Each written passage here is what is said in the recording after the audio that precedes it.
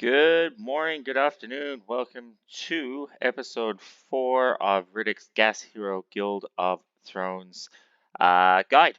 On episode 1, we covered an introduction to gas heroes and getting started introducing the areas, the heroes, and the various strategies of selecting your areas. In episode 2, we covered leadership roles and tools of analysis.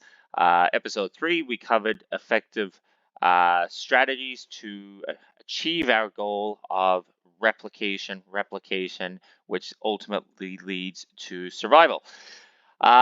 Today in episode 4, we are going to finally have enough assets to complete our first breed. So we will cover the breeding and the various outcomes there, as well as jumping into our continuous journey of the Hero Mountain and the various prize structures there on a weekly basis. All right, getting started, we jump over into our Guild of Thrones profile. We have 30 heroes total, with 6 of them equipped with weapons and pets. Our main goal is to replicate 6 additional heroes and have them ready for our round 2 cycle.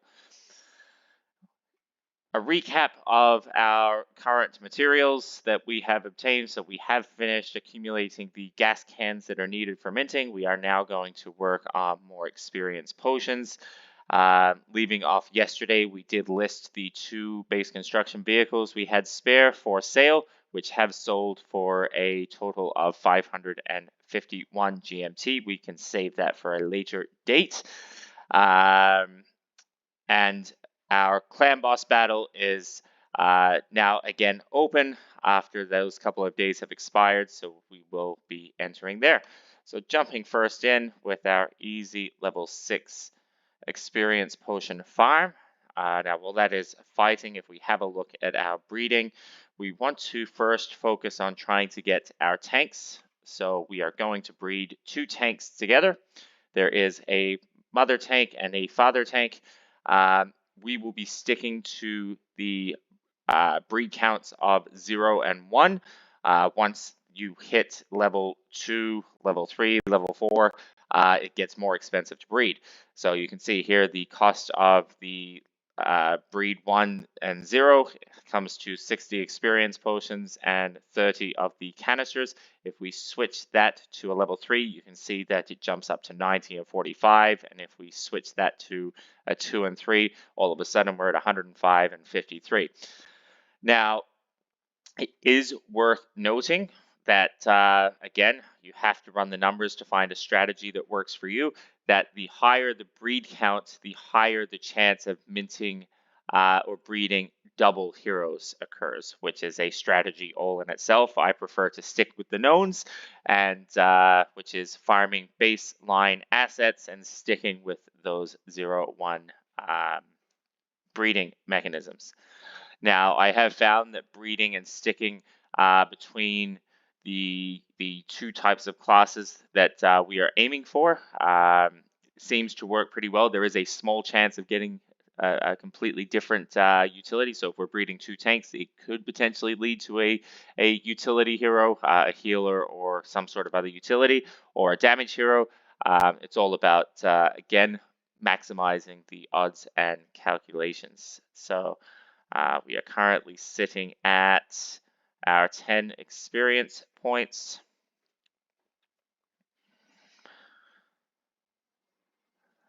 Okay, we had a total of 39 energy, so we were able to achieve 7 total runs for a minimum of 9, which gives us 63 at a very bare minimum. So that more than covers our first official breed.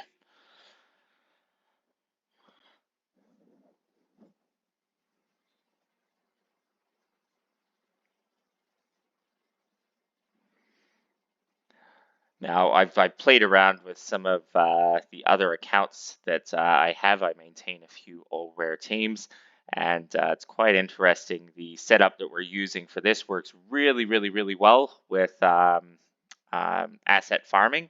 So having the 2 multi-target DPS, but in terms of when it comes to player versus player, it is very difficult going up against teams that have single target damage focus. It just obliterates kind of the multi-target damage.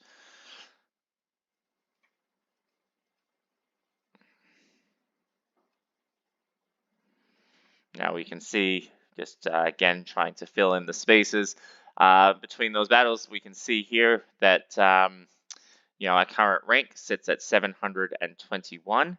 One thing that I did find out today is that we can actually dual run multiple aspects of the game at once, only with the hero ladder. So I'll show you what I mean by that here in a second. And this is very good if you're focusing on time efficiency and wanting to maximize or minimize your time achieving your daily task lists, or if you hold multiple accounts. Right, so 11 on that one, which is good. So we re-enter here, and we can actually go and start our first challenge. So UR7 is actually one of the bot accounts in the Moscow location where I hold guild leader, so I recognize the name.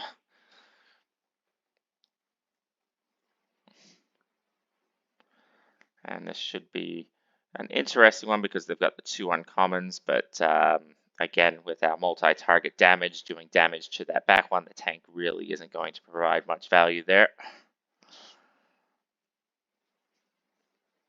And you can see now that we're ramping up and our rage hits, our damage is going to start spiking from our damage dealers there.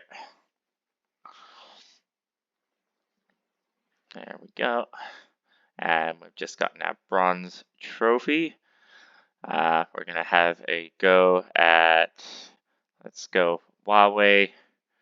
Now they do have 2 uncommons and 2 commons, but again, our multi-DPS should clear out those back DPS fairly quick, leaving us just with the 2 tanks. Now, one of their uncommons in that second row is a tank, so the damage it will be performing is minimal. And then they do have the single target DPS there in the back, which is making short work of our tanks. So now that we're in our rage phase, we can see that damage now starting to spike. 1 tank down. That back DPS is going down now pretty quick. Our second tank about to expire. And now they're 1 uncommon tank protecting that back DPS, but again, our multi-target DPS hits that back row.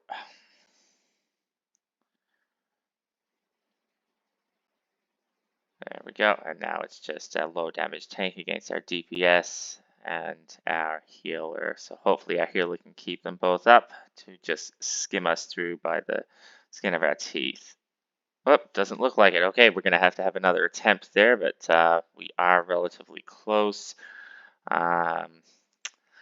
Let's, because of the location of their back DPS, let's switch to that, which should help a bit more.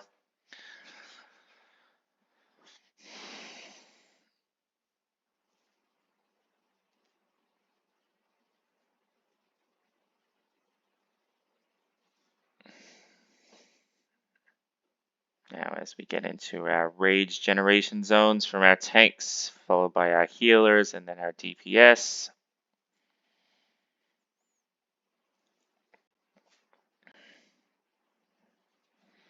So the reason that I move Little Bulldozer to the other side is that single DPS tends to favor targeting the same row that it is in. So because it's on the other side, both of our damage, which we want until last, are basically going to stay alive, outputting that damage as much as possible. Now we may lose this one as well. I'm going to switch our Altruistic Banker with our Truth Seeker next time. The priority order that it will always follow is it will damage the top hero and then down in each row.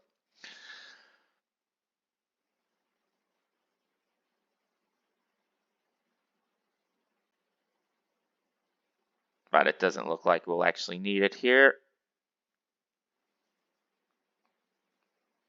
There we go.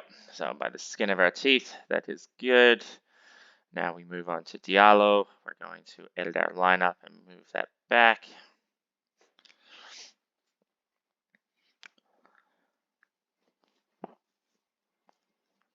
Now they have a utility on the front, so we'll make quick work of that. They have the Faith Healer at the back, Meditating Master for the multi-target, and their single target DPS there.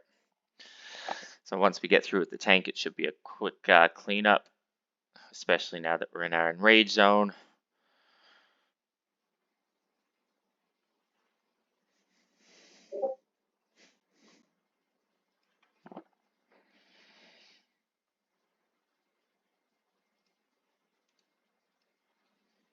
Quit Discord so I don't get any notifications popping up there. Right, now we move to Gmail, so that's going to be an instant win. Quick, easy reward. Let's jump on to Hina, who does have, again, a really good lineup with Black Sapphire and Lone Werewolf, Deadly Nightshade, Guardian Angel, so they've got a tank in that second row there, and then they've got their stunner in the back, so you'll see on my team, it will occasionally stun. There'll be a little, there we go, little bulldozer is stunned and inactive from being able to do their damage. So they'll most likely take the win on this. Little bulldozer stunned again. It makes a huge difference if you have a really good team setup with stunners.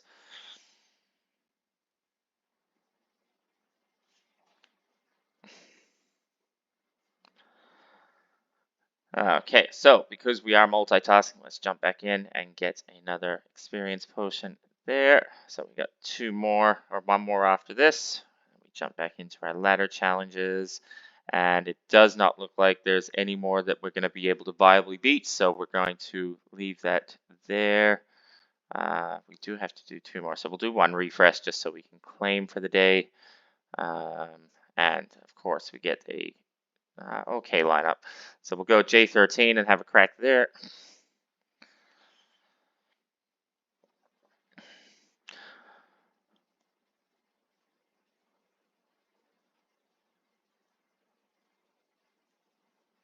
So we've got Spore Lord tank, we've got Lone Werewolf, we've got Death's Hand, Faith Healer, Healing None, and Meditating Master. So they've got a good single target, they've got a good multi-target, so their damage is going to be quite significant. Hopefully, nope, we can ramp up during our rage period, but it's just not going to be enough.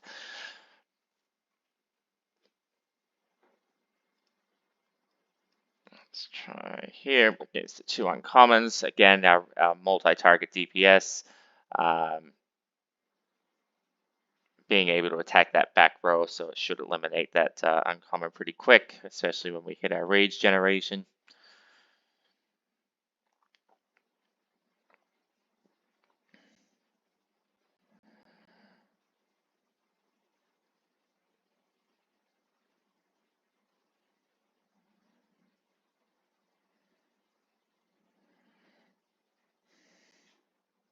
And now we just have to beat down their tank, which does minimal damage.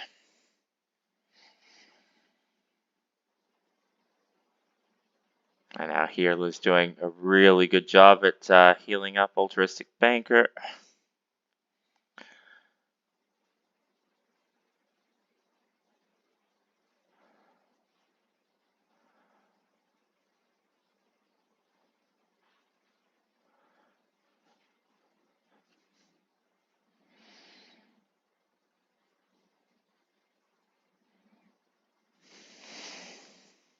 Okay, there we go.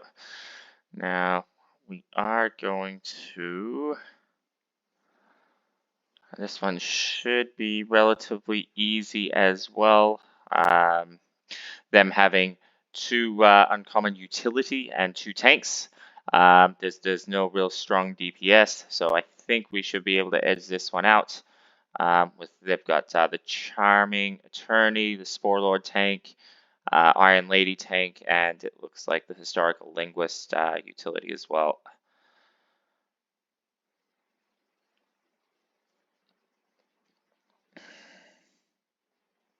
And their Iron Lady tank stuck in that back row with no weapons means it's ineligible to attack, so it really provided zero value. What they need to do is switch it to the front row where the Charming Attorney is and let the Charming Attorney and the Historical Linguist damage from the back row just to maximize the outcome. So this will be more than enough for us to claim our daily reward and continue on with our last experience potion.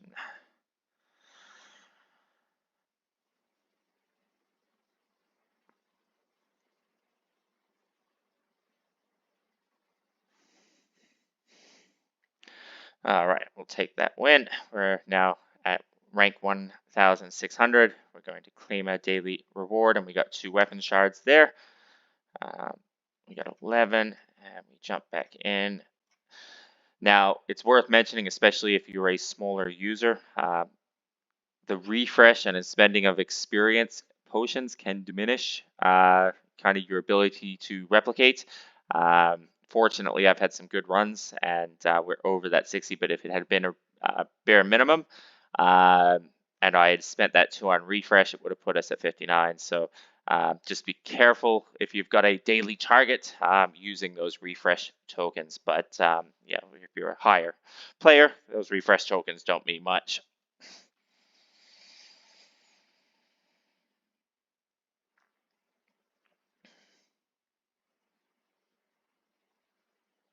And a 9 on that one. All right, so we have 70 of our experience potions. We have 50 of our gas canisters. We can now jump in and have a look at our breeds. So we're going to do Iron Fist and we're going to do Combat Queen. Both of these heroes are tanks and they are breedable. So we need 4 GGMT, which we have got here. And let's have a go. So hopefully we get a double. If not, that's okay. But ideally, we want a tank classed hero. There we go. So we were able to replicate our iron. Ruthless Warden tank. So now that that is being added to our account, we will also see the benefit of having that 1 additional hero. Our energy will now move to 39.5. And with each consecutive hero, we will be able to increase our energy to 44. So when our next cycle does start, we will actually have more energy to continue on with the second row, which will allow us to accumulate those assets at a faster rate, making each replication cycle shorter in time. And that's where the true value starts to really shine, is during those periods of time. And then when you get your lucky uncommon, I have seen some common breeds lead to a rare, which is very low percentage, but it's exciting when that happens. But that's going to be, basically our goal. We'll jump in here and do our clan boss battle for the few days.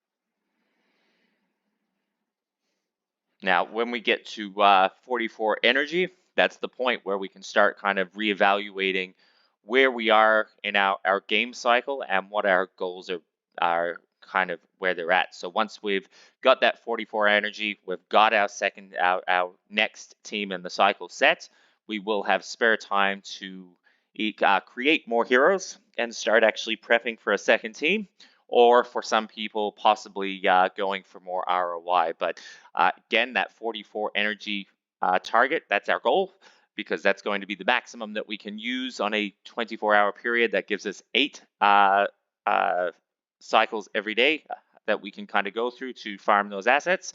And it lessens the amount of time that we need to replicate. So we will have excess time to build that second team, or to start looking at transitioning some value out.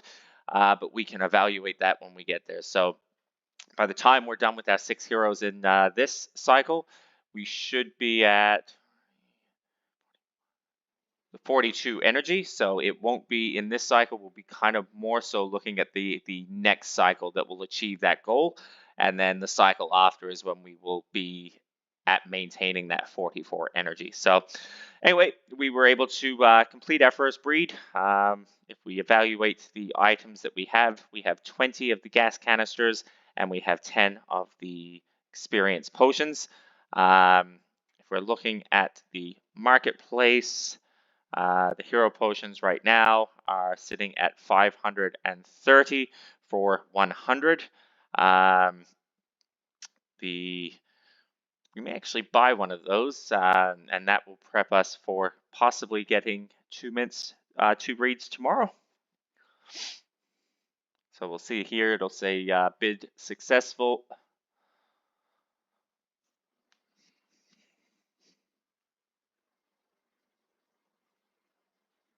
There we go. So that means I have successfully won that bid. Now it's processing, turning that from an on-chain asset into an off-chain asset and transferring it into my items. So when I have that, I will be able to unlock it, which will give me 110 experience potions, which means that we only need 10 more experience potions and how many more? We will actually have to level a few of our heroes for that next breed. So we'll do one of them now. So Telekinetic Woman is a really good utility-based hero to target. And we need a male to breed with, preferably a tank. So we'll go with the Yokozuna.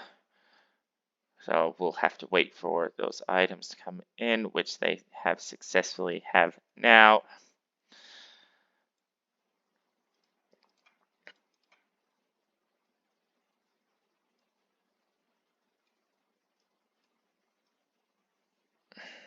So we currently have 2 tanks that are a breed 0, so that should be fine for our breeding cycle there. We have Red Mercury as a DPS.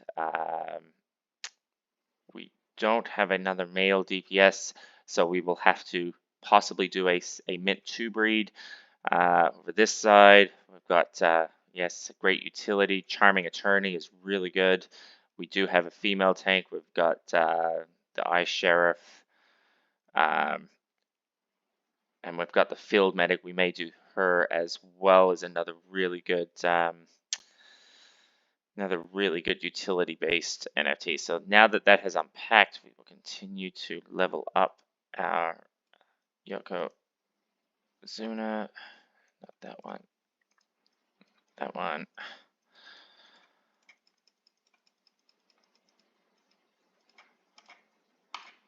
All right, so if we're looking at our breeding for tomorrow, we are looking at our tank and our utility. So we only need 10 more of the gas canisters and then 30 more for the next one.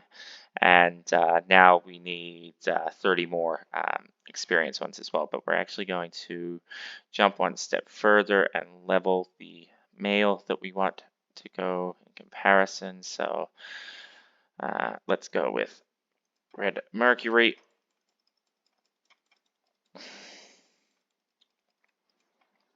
Okay, and then our female as well, we will go the Field Medic.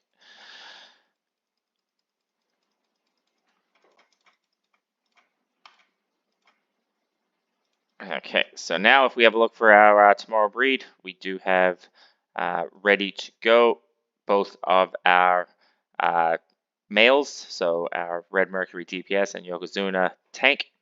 And then on our female side, we do have ready the Telekinetic Woman and the Field Medic. So we've got both of our fire materials.